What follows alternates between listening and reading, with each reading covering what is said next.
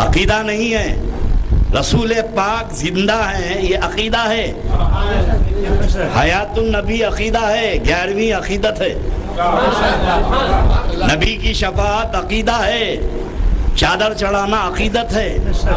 تو آج کے زمانے میں ہمارا اختلاف عقیدے میں ہے، عقیدت میں نہیں ہے.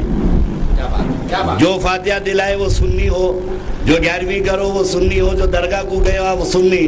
تو حاجی علی پہ تو صبح سے شام تک کتنے ہندو درگاہ کو جاتے ہیں، کیا سب سنی ہے؟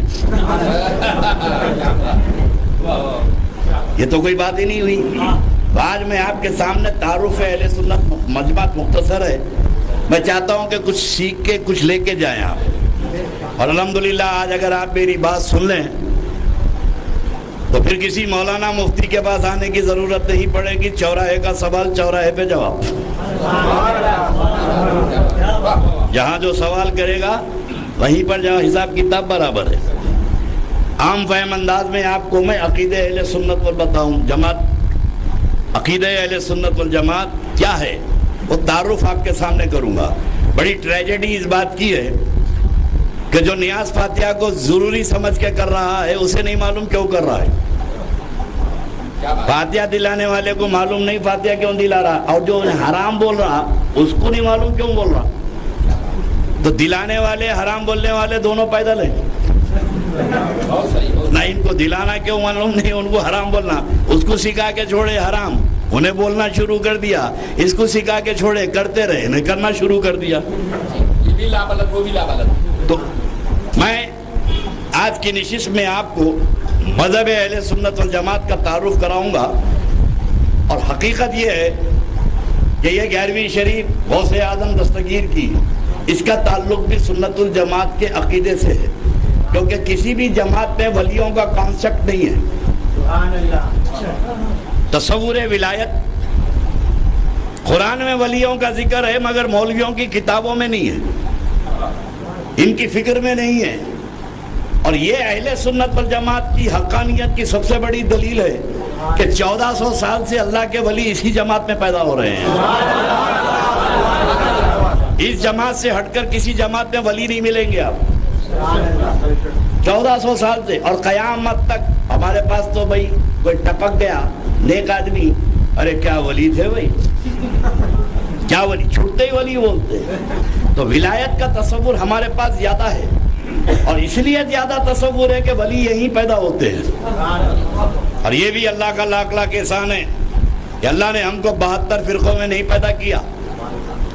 پہلے فضل یہ ہے کہ نبی کی امت میں پیدا کیا، اور دوسرا کرم پہ کرم یہ ہوا کہ 72 جماعتوں میں ہم کو پیدا نہیں کیا. بے اللہ چاہتا تو کسی شیعہ کے گھر پیدا کر دیتا، اللہ چاہتا تو کسی بورے کے گھر پیدا کر دیتا، خواجہ قادیانی کے گھر. اللہ نے کسی جماعت والے کے گھر پیدا نہیں کیا. اللہ نے ہم کو اس جماعت میں پیدا کیا جس جماعت میں غوث اعظم کو پیدا کیا، جس جماعت میں غریب نواز کو پیدا کیا، جس جماعت میں مخدوم ماہیمی کو پیدا کیا، جس جماعت میں حاجی علی کو پیدا کیا.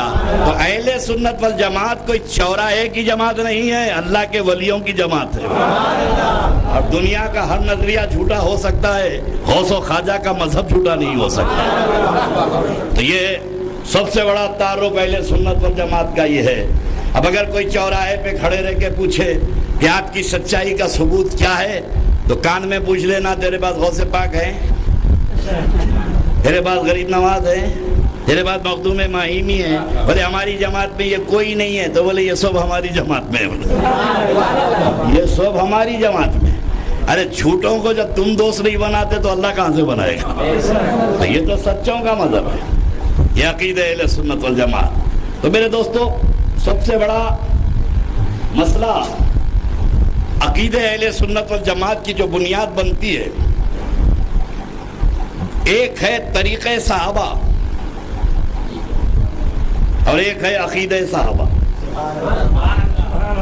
لوگ تعلیم و تبلیغ تو طریقہ صحابہ کی کرتے ہیں، عقیدہ صحابہ کی بات نہیں کرتے. ارے جب تک کہ عقیدہ صحابہ نہیں اپناؤ گے تو طریقہ صحابہ کیا کام آنے والا ہے؟ داڑھی رکھنا، نماز پڑھنا، روزہ رکھنا، یہ سب صحابہ کا طریقہ ہے. لیکن اہل سنت والجماعت جس بات پر زور دیتے ہیں کہ طریقے سے پہلے عقیدہ اپناؤ. صحابہ اللہ کے رسول کو کیا سمجھتے تھے؟ نماز پڑھنے والے، عبادت گزار، ساری دنیا مل کے بھی عبادت کر لے تو صحابہ کی دھول کو نہیں پہنچ سکتے. ساری دنیا کے لوگ مل کے عبادت کر لے، غوث و خواجہ، اولیاء، اقطاب، تو صحابہ کے مرتبے کو نہیں پہنچ سکتے. اور وہ مقدس گروہ ہے صحابہ کا کہ میں نماز پڑھوں، اللہ قبول کر رہا نہیں کر رہا وہاں جانے کے بعد پتہ چلے گا. میں عبادت کر رہا ہوں، قبولیت ہوگی نہیں ہوگی وہاں جانے کے بعد پتہ چلے گا. اللہ میرے سے راضی ہے نہیں ہے وہ سب وہیں معلوم ہوگا. مگر جس گروہ کو اللہ نے صحابی بولا ان کے لیے وہاں نہیں معلوم ہوگا راضی ہے نہیں، یہیں پر سند دے دی رضامندی کی. ان کو تو یہی ریکگنائز کر دیا کہ رضی اللہ عنہ و رضوا عنہ، اللہ ان سے راضی ہے اور یہ اللہ سے راضی ہے. تو میں اس مقدس جماعت کی بات کروں گا جو یہیں پر ریکگنائز ہیں. اور کیسے ریکگنائز ہے کہ وہاں کیا ہوگا نہیں معلوم. ایک صاحب آ کے امریکہ سے کہنے لگے، رسول اللہ سے ایک صحابی پوچھے آ کے میں جنت میں جاؤں گا نہیں جاؤں گا، تو حضور بولے مجھے خود نہیں معلوم میں کہاں جانے والا ہوں، مجھے خود نہیں معلوم میرا کیا ہونے والا ہے. اب سرکار کو خود نہیں معلوم تھا. اب ایک فکر یہ بھی ہے کہ حضور کو نہیں معلوم تھا. تو وہ امریکہ کا جو آیا تھا ڈاکٹر، اچھا بڑی مشکل یہ ہے کہ لوگ ڈاکٹر انجینئر کو پڑھا لکھا سمجھ رہے ہیں. یہ غلط فہمی کی الگ ہو گئی. پڑھے لکھے کون؟ وہ تو ڈاکٹر انجینئر ہیں. یہ کہاں سے پڑھے لکھے ہو گئے؟ بولے ہماری جماعت میں تو ڈاکٹر انجینئر بہت ہے صاحب. آپ کے پاس کون ہے؟ پیاز بیچنے والے، آٹو والے، صبح اور یہی کون ہے؟ اچھا تو پیاز بیچنے والے، آٹو چلانے والے جاہلا ہیں. بولے پھر پڑھے لکھے کہاں ہیں؟ بولے پڑھے لکھے تو ہماری جماعت میں ہیں. بولا بھائی جس جماعت میں ڈاکٹر انجینئر ہے وہ جماعت حق پہ ہو جاتی کیا؟ جو جس جماعت میں ڈاکٹر انجینئر ہو وہ جماعت حق پر ہوگی؟ تو بولے یقیناً ڈاکٹر انجینئر پروفیسر لائر ہمارے پاس ہے تو جماعت حق پر ہوگی. بولا جتنے ڈاکٹر انجینئر تیرے پاس ہے اس سے زیادہ تو ہندوؤں میں ہے، ان سے زیادہ تو عیسائیوں میں ہے. تو کیا یہ ہونے کی وجہ سے عیسائی حق پر ہو جائیں گے؟ اسلامک پوائنٹ آف ویو سے پڑھا لکھا اسے نہیں کہتے جو ڈاکٹر انجینئر ہے. اسلامی نقطہ نظر سے پڑھا لکھا وہ نہیں ہے جو ڈاکٹر انجینئر ہے. اگر ایک ڈاکٹر انجینئر کو طہارت کا مسئلہ نہیں معلوم ہے تو اسلامی نقطہ نظر سے وہ جاہل ہے. ایک ڈاکٹر کو اگر غسل کا مسئلہ نہیں معلوم ہے تو وہ جاہل ہے. تو الحمدللہ پڑھے لکھے ہونے کا معیار یہ ہے کہ جس کو رسول کی عظمت معلوم ہو، جس کو صحابہ کا تقدس معلوم ہو، جس کو اولیاء اللہ کا مرتبہ معلوم ہو، اور جس کے دل میں حب رسول ہو اور جس کے دل میں حب آل رسول ہو. تو پڑھایا لکھا ہونے کا معیار یہ ہے. تو آج میں آپ کے سامنے یہ بتا رہا ہوں کہ عقیدہ صحابہ کا عقیدہ کیا ہے. اب وہ مقدس جماعت کی میں جو اللہ کے پاس ریکگنائز ہے جماعت، جن سے اللہ راضی ہے. اور کوئی یہ بات کر سکتا ہے کہ صحابہ کے تھوڑے عمل سے اللہ راضی، تھوڑے سے راضی نہیں. اب بخاری شریف سنیے. بخاری شریف کتاب الوضو، امام بخاری نے کچھ وضو کے مسائل بیان کیے. اور آپ بخاری شریف کھولیے تو 5ویں 6 صفحے پہ حدیثیں ہیں کتاب الوضو کی. امام بخاری نے وضو کے متعلق وہ حدیثیں بیان کی کہ سرکار وضو کیسے کرتے تھے، مسح کیسے کرتے تھے، کلی کیسے کرتے تھے، چہرہ کیسے دیتے تھے. قرآن میں جو فرض ہے کہ چہرہ دھونا، ہاتھ دھونا، مسح کرنا، پاؤں دھونا، یہ فرض کی تشریح اللہ کے نبی کیسے کرتے تھے پریکٹیکل عمل کر کے. یہی تو ہونا چاہیے حدیث. وضو کے مسائل بیان کرتے کرتے امام بخاری ایک حدیث لکھتے ہیں. توجہ، مسح کیسے کرنا، چہرہ کیسے دھونا، یہ حدیث کے بیچ میں امام بخاری ایک حدیث نقل کرتے ہیں. یہ بخاری شریف کی حدیث ہے اور صحیح ہے. ربیع بن محمود روایت کرتے ہیں کہ اللہ کے رسول علیہ الصلوۃ والسلام جب وضو فرماتے بیٹھ کر تو سرکار ناک چھڑکتے تو صحابہ دوڑ کے ہاتھ میں لے لیتے. اب عقیدہ صحابہ دیکھیے کہ صحابہ دوڑ کے ہاتھ میں لے لیتے اور لے کے چاٹ لیتے. اللہ کے نبی وضو کرتے کلی کرتے تو سرکار کے کلی کے پانی کو زمین پہ گرنے صحابہ نہیں دیتے تھے, ہاتھ میں لے لیتے اور ہاتھ میں لے کے چاٹ لیتے. اور حضرت انس کہتے ہیں کہ کسی صحابی کو وہ میرے آقا کا کلی کا پانی نہیں ملتا, جو پہلے صحابی کو مل گیا تھا وہ تو چاٹ لیے تھے, ان کو نہیں ملا تو یہ وہ صحابی کا ہاتھ لے کے چاٹتے. پھر اس کے بعد کتاب الوضو کی ایک حدیث ہے کہ اللہ کے رسول علیہ السلام پاؤں دھو رہے ہیں وضو میں, تو صحابہ دوڑ کے گھروں سے برتن لے کے آتے اور سرکار کے پاؤں کا دھویا ہوا پانی یہ لے کر گھر کو جاتے, خود پیتے بچوں کو پلاتے.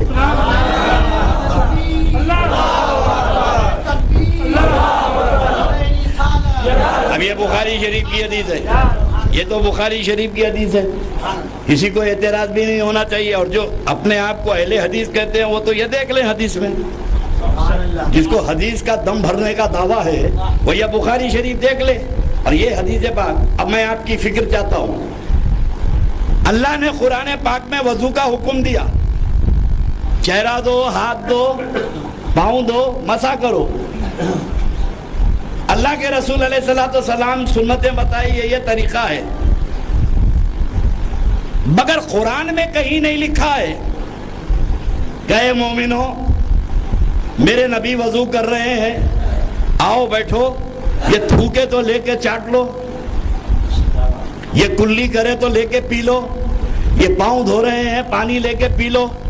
قرآن نازل ہو رہا تھا اور صحابہ یہ عمل کر رہے تھے.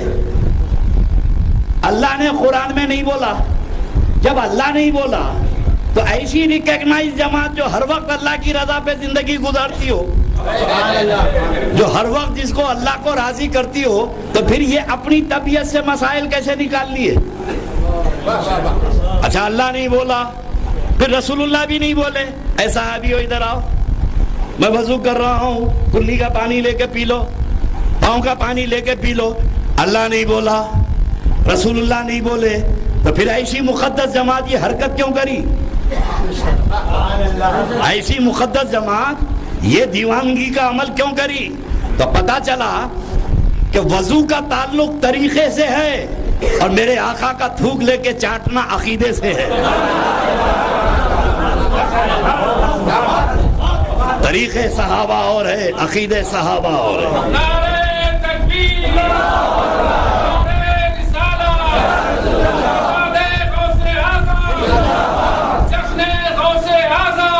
اب میں تمہیں تو وہی بتاؤں گا جو صحابہ کرے, اور کسی کو اختلاف نہیں ہو سکتا. یہ تو صحابہ کا عقیدہ ہے. اب صحابہ کا عقیدہ میرے آقا علیہ السلام کو وہ کیا سمجھتے تھے؟ صحابہ جو رات دن میرے آقا کے ساتھ رہتے تھے تو رسول کو کیا سمجھتے تھے؟ ایک بار میرے آقا علیہ السلام فرما رہے ہیں, حدیث قدسی ہے, حدیث قدسی اسے کہتے ہیں اللہ بولتا ہے رسول سنتے ہیں, اور رسول بولتے ہیں اللہ سنتا ہے. بیچ میں جبرائیل نہیں ہے, جبرائیل لے کر آئے تو قرآن ہے, اور ڈائریکٹ گفتگو ہوئی تو حدیث قدسی ہے. اب میرے آقا فرماتے ہیں, توجہ کیجئے میری طرف, عقیدے صحابہ بتاتا ہوں. صحابی میں بھی مرتبے ہیں صحابہ کے. سب سے بڑی ہستی خلفائے راشدین, اور خلفائے راشدین میں سب سے بڑی ذات صدیق اکبر, خلیفہ اول افضل البشر ہے. اب سنیے کہ اللہ کے رسول علیہ السلام اپنے صحابہ سے مخاطب ہو کے فرما رہے ہیں کہ میرے رب نے مجھ سے کہا,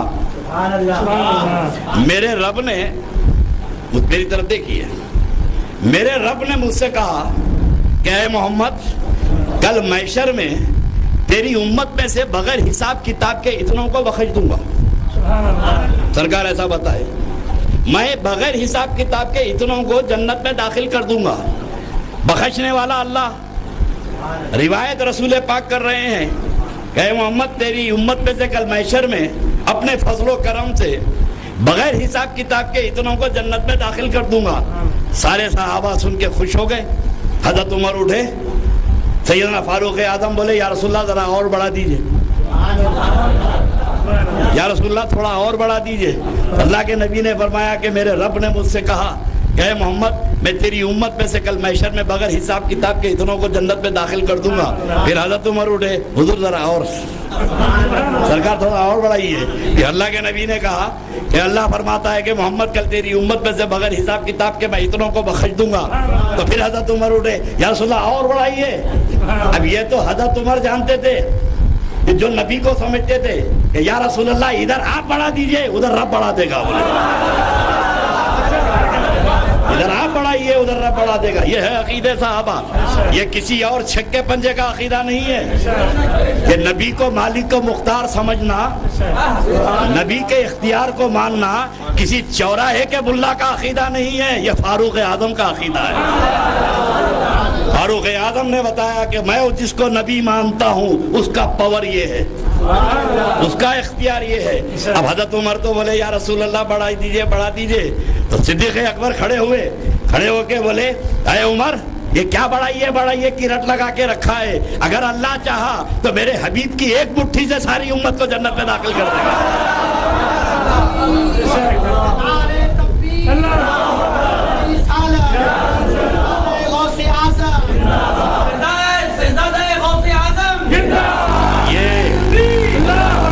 یہ عقیدے صحابہ ہے.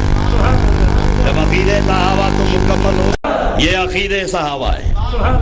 جب عقیدے صحابہ تو مکمل ہوگا تو طریقے صحابہ کام آئے گا. اچھا یہ طریقے والے نماز روزے کے تو منافقین بھی تھے بھائی. نماز پڑھنے کا جہاں تک تعلق ہے صدیق اکبر کے بازو کھڑے رہ کے پڑھتے تھے, رسول اللہ کے پیچھے پڑھتے تھے, مگر ان کی نمازیں کیوں کام نہیں آئیں؟ ان کی نمازیں کیوں, روزے کام نہیں آئے, ان کی عبادتیں کیوں کام نہیں آئی؟ اس لیے کہ یہ طریقے پہ تو چلتے تھے, عقیدے پہ نہیں چلتے تھے. جو نبی کے متعلق عقیدہ ہونا چاہیے تھا, یہ نماز کے ساتھ وہ عقیدہ نہیں رکھتے تھے جو صدیق اکبر کا عقیدہ تھا, جو فاروق اعظم کا عقیدہ تھا, جو صحابہ کا مقدس عقیدہ تھا کہ آقا و مولا کو کیا سمجھتے ہیں. اللہ کے رسول علیہ الصلوۃ والسلام اہل سنت والجماعت جس عقیدے کو فالو کرتے ہیں وہ ہے صحابہ کا عقیدہ. تو صحابہ کا جو تصور تھا نبی کی ذات کے بارے میں, میرے دوستو میں آپ کو کہاں تک سناؤں. اللہ کے رسول علیہ الصلوۃ والسلام تشریف فرما ہے, یہ بھی حدیث پاک کی. ادھر دیکھیے, بڑی مشکلوں سے بات کر رہا ہوں, پانی بہ رہا. اللہ کے رسول علیہ الصلوۃ والسلام تشریف فرما ہے, مسجد نبوی ہے, مسجد نبوی شریف ہے. ایک صحابی آئے, آگے پوچھنے لگے کہ یا رسول اللہ میری اونٹنی نہیں مل رہی ہے صبح سے, میری اونٹنی کہاں ہے, میری اونٹنی کہاں ہے. اللہ کے نبی تو مسجد میں بیٹھے ہوئے تھے, سرکار تو گئی نہیں تھے باہر, سارے صحابہ بیٹھے ہیں. آقا و مولا نے کہا تیری اونٹنی فلاں وادی میں ایک جھاڑ سے تیری اونٹنی کی نکیل پھنس گئی ہے, فلاں وادی میں پہاڑ کے پاس جا تیری اونٹنی مل جائے گی. یہ صحابی رسول گئے, وہاں گئے اور جس مقام پہ میرے آقا بولے تھے وہیں پہنچے اور وہاں سے اونٹنی کو لا لیا.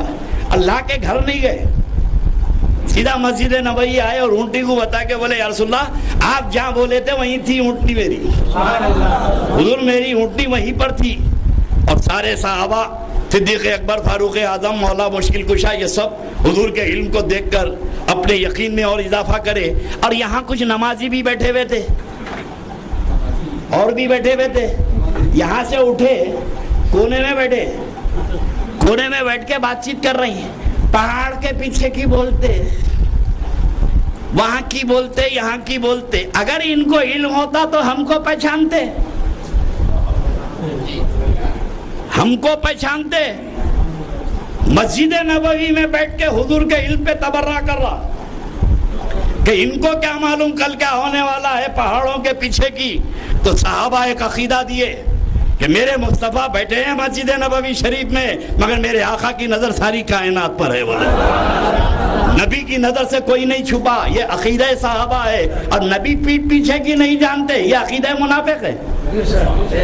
تو ہم صحابہ کے عقیدے پہ عمل کرتے ہیں. آپ کو میں اور آگے لے چلوں, یہ تو میرے آقا علیہ الصلوۃ والسلام وضو فرما رہے تھے, تو ظاہر ہے کہ حجۃ الوداع میں 1,24,000 صحابہ تھے نا بھائی. اب برتن لے کے آئے ہوں گے تھوڑے سے مجمع میں میرا چلنا مشکل ہو جاتا, کوئی ہاتھ چوم رہا کوئی پاؤں چوم رہا تو ٹھوکریں لگ جاتی. 1.25 لاکھ صحابہ حجۃ الوداع میں ہیں, اب برتن پہ برتن لا رہے ہیں, پانی لینے کے لیے ٹکرا رہے ہیں. یہ سب کام تو سرکار کے سامنے ہو رہا تھا نا, یہ سب صحابہ سرکار کے سامنے کر رہے تھے. حضور روکے بلکہ اپنے غلاموں کی دیوانگی کو دیکھ کے مسکرا رہے تھے. اور ایک بات یاد رکھنا, عاشقوں کو دلیل کی ضرورت نہیں ہوتی, عاشقوں کو دلیل کی ضرورت نہیں ہوتی. دلیل وہ مانگتا ہے جو ہمیشہ دلیل ہوتا ہے, اور ہم دلیل مانگ کے دلیل نہیں ہوتے, ہم تو بلا دلیل کے مانتے ہیں. اب صحابہ نے بتا دیا کہ دلیل کی ضرورت نہیں, قرآن کی ضرورت نہیں, اور اللہ کے رسول کے فرمان کی ضرورت نہیں. جو عشق بولا وہ کر گزرو, جو مزاج یار میں آ جائے. اور اس کی سند میرے آقا نے دی. اب بخاری شریف کتاب الآثار, یہ تو میرے نبی پاؤں دھو رہے تھے تو برتن لے کے آئے. اب مینا میں سرکار جو ہے حج کے بعد بال کٹا رہے ہیں, بال کٹا رہے ہیں, اور سارے صحابہ اپنے اپنے کام چھوڑ کے آ کے سامنے بیٹھے ہیں. پورے کے پورے ہزاروں کی تعداد میں حضور کے سامنے بیٹھے ہیں. وہاں تو برتن لائے تھے, یا تو وسترا چل رہا. اب ان کی دیوانگی میرے آقا نے دیکھی کہ یہ کس تلاش میں آئے ہیں کہ سرکار کا بال نکلے اور ہم لوٹے, سرکار کا موئے مبارک نکلے اور ہم لوٹے. تو عاشقوں کے مزاج کو میرے آقا نے محسوس کر لیا. اب بخاری شریف سنا رہا ہوں, ہٹو دور دور ہٹے, بال بنائے. ادھر میرے آقا نے گچھا پکڑا اپنے بالوں کا اور حضرت طلحہ کو بلایا, طلحہ ادھر آؤ. ابو طلحہ انصاری کو بلایا, طلحہ ادھر آؤ. لبیک یا رسول اللہ. سرکار نے اپنے بال ان کے ہاتھ میں دیے, دے کے فرمایا فاقسموا بین الناس, اس کو لوگوں میں تقسیم کر.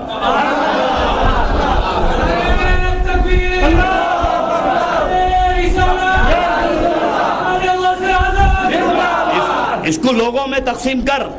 تو حضرت طلحہ جب لے کے میدان میں بال پہنچے تو یہ پورے جو سرکار کے سامنے بیٹھے تھے دوڑ کے ادھر چلے گئے, اور حضرت طلحہ 2 منٹ کے بعد واپس آ گئے. کچھ ہی دیر کے بعد حضور نے پوچھا کیا ہوا؟ بولے حضور بانٹنے کا موقع ہی کا ملا, لوٹ لیے. بولے تو سرکار نے اپنے دوسرے بال دیے, یہ بھی تقسیم فرما. اب عقیدہ سنیے صحابہ کا کہ حج کرنا یہ طریقہ صحابہ, طریقہ رسول ہے, اور حج میں میرے آقا کے بعد لوٹنا یہ عقیدہ صحابہ ہے.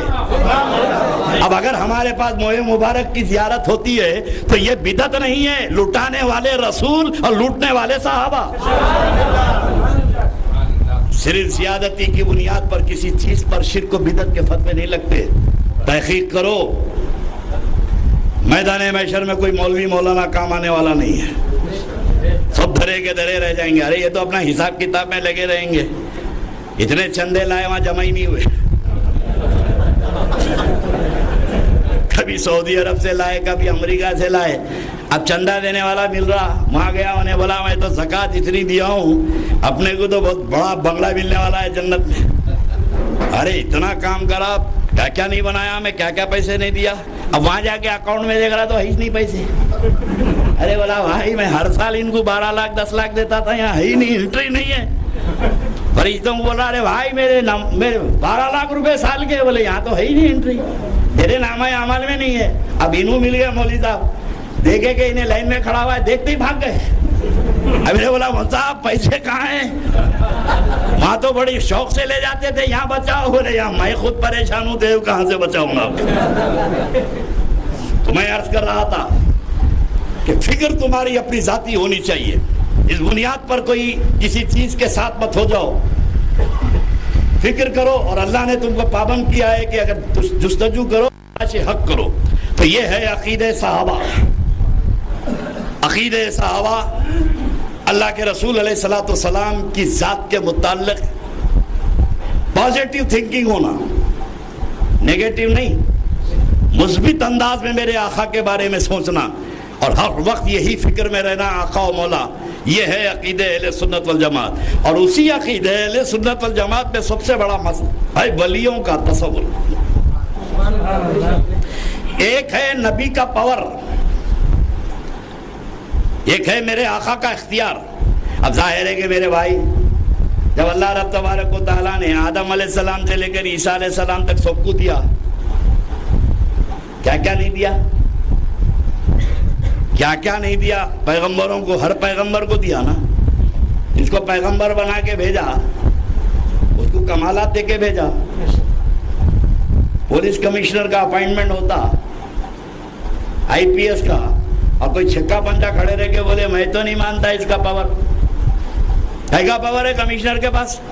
تو لوگ بولیں گے عقل کے اندھے، حکومت بھیجی ہے اس کو، حکومت کا اپائنٹڈ ہے، پاور پوچھ رہا، جب چاہے اندر کر دے، جب چاہے تجھے چھوڑ دے، جب چاہے لا اینڈ آرڈر مینٹین کرتا ہے. وہ کسی نکمے کو گورنمنٹ جو ہے اپائنٹ نہیں کرتی ہے. جب گورنمنٹ وردی دیتی ہے، وردی کے ساتھ اسٹار بڑھاتی ہے، تو جیسے جیسے اسٹار بڑھتے جاتے ہیں ویسے پاور بڑھتے جاتا ہے. ارے دنیا کی حکومت اگر کسی کو اپائنٹ کرتی ہے تو اسے پاور دے کے بھیجتی ہے، اور اللہ جسے بھیج رہا ہے، اللہ جسے بھیج رہا ہے اسے کچھ نہیں دیتا. خدا کی قسم وہ کمالات اللہ رب تبارک و تعالیٰ اپنے محبوبوں کو عطا فرماتا ہے. اب میں پاور کی بات کروں گا کہ اللہ نے اپنے محبوب بندوں میں جو انبیاء کرام کی مقدس جماعت ہے ان کو بڑے کمالات عطا فرمائے. حضرت آدم علیہ السلام سے لے کر حضرت عیسیٰ علیہ السلام کی زندگی کا مطالعہ کیجئے، کیسے کیسے کمالات ان کو عطا فرمائے. حضرت موسیٰ علیہ السلام پتھر پہ چھڑی لکڑی مارتے تو چشمے ابل پڑتے، اور دریا میں کود جاتے تو دریا راستہ بن جاتا. ابراہیم علیہ السلام پر نمرود کی آگ گلزار ہو گئی، ابراہیم کو وہ کمالات عطا فرمائے. اور عیسیٰ علیہ السلام کے کمالات کا تفصیل ذکر ہے کہ مردوں کو زندہ کرتے تھے، نابینا لوگوں کو، اندھوں کو بینا کر دیتے تھے، کوڑیوں کو اچھا کرتے تھے. یہ حضرت عیسیٰ علیہ السلام کے کمالات ہیں. اور یہ جو الگ الگ پیغمبروں کو اللہ نے کمالات عطا فرمائے تھے، وہ سارے کمالات اللہ نے ہمارے نبی کی ذات میں جمع فرما دیے. 1,24,000 پیغمبروں کی زندگی کو پھیلا دو تو ایک مصطفیٰ کی ذات ہوتی ہے، اور ایک کی زندگی کو سمجھ لو تو ایک محمد رسول اللہ ہوتے ہیں. اور یہ بھی ایک حقیقت ہے کہ اللہ کے رسول علیہ الصلوۃ والسلام کہ جامع کمالات بن کر دنیا میں تشریف لائے. اب تاریخی حقیقت سنیے کہ جو وارث ہوتا ہے اس میں مورث کی خوبیاں آتی ہیں. اب العلماء ورثۃ الانبیاء وہ گلے پھاڑ پھاڑ کے بولتے لوگ. علماء نبیوں کے وارث ہیں. علماء نبیوں کے وارث ہیں. کون تھے؟ ایک کتاب کے کیڑے، یہ لوگ وارث ہیں. کتاب پڑھ کے دستار بن کے نکل گئے تو وارث ہو جاتے. بنیادی مسئلہ وراثت کا سمجھو، وراثت کسبی چیز نہیں ہے، وراثت تو وہابی چیز ہے. باپ مرا بیٹا وارث ہو گیا، اس میں محنت کیا لگی؟ اس میں محنت کیا لگی وراثت کے لیے؟ احادیث اور قرآن میں جہاں علماء کا ذکر آتا ہے، العلماء العرفاء، علماء سے مراد عارفین ہیں. عارفین نبی کے وارث ہیں. جب عارف چلتا ہے تو فتنے دبتے ہیں، اور آج کے زمانے میں فتنے ابھر رہے ہیں تو فتنوں کو پیدا کرنے والا وارث رسول نہیں ہوتا، فتنوں کو کچلنے والا وارث رسول ہوتا ہے. جس کی ذات سے فتنے ابھرتے ہو یہ کیسے وارث رسول ہو جائے گا؟ اور یہ ایک حقیقت ہے کہ حیات النبی کا ثبوت بھی وراثت سے ملتا ہے. اسی حدیث سے میرے آقا کی زندگی کا ثبوت ہے. العلماء ورثۃ الانبیاء، علماء نبی. بولیے علم ملا. اب عالم کون ہوگا؟ جو نبی کا علم ثابت کرے، جو نبی کا علم ثابت کرے وہی عالم ہوگا. اب اگر کوئی بولے کہ نبی کو یہ نہیں معلوم تھا، نبی پیٹ پیچھے کی نہیں جانتے تھے، نبی کو علم غیب نہیں تھا، تو میں سمجھ گیا کہ اگر میرے آقا کا علم ملتا تو یہ علم ثابت کرتا. یہ نبی کا تو وارث نہیں ہے، یہ کسی شیطان کا وارث ہے. یہ وارث رسول وہی ہوتا ہے جو مصطفیٰ کا علم ثابت کرتا ہے.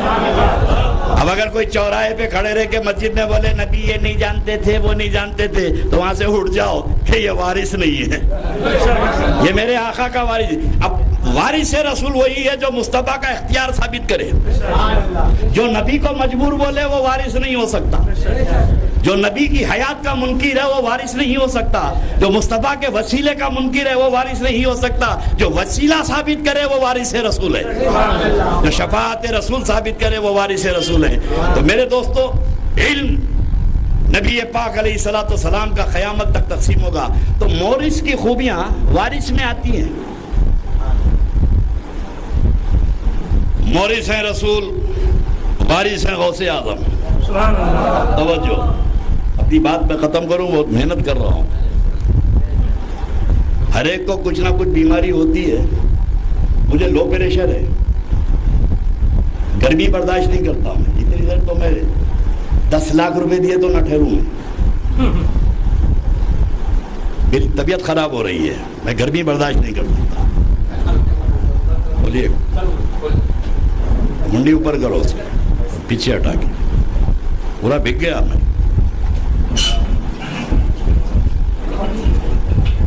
درود شریف پڑھ لیجیے۔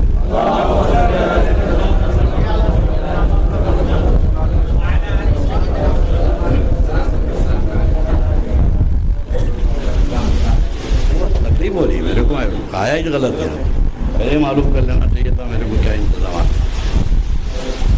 منڈی اوپر کرو، خوبیاں وارث میں آتی ہیں۔ مورث ہے رسول پاک اور وارث ہے غوث پاک۔ یہاں پر بھی ایک مسئلہ ہے، کچھ غلط فہمی میں لوگ کہتے ہیں کہ غوث پاک نہیں بولنا چاہیے۔ غوث پاک بھائی کیا بولنا چاہیے؟ اللہ پاک ہے، اللہ پاک ہے، غوث پاک یہ شرک ہے۔ بولا پاک بولنا ہی نہیں بولنا۔ اچھا، نماز کا مسئلہ بتا، نماز میں پہلی شرط کیا ہے؟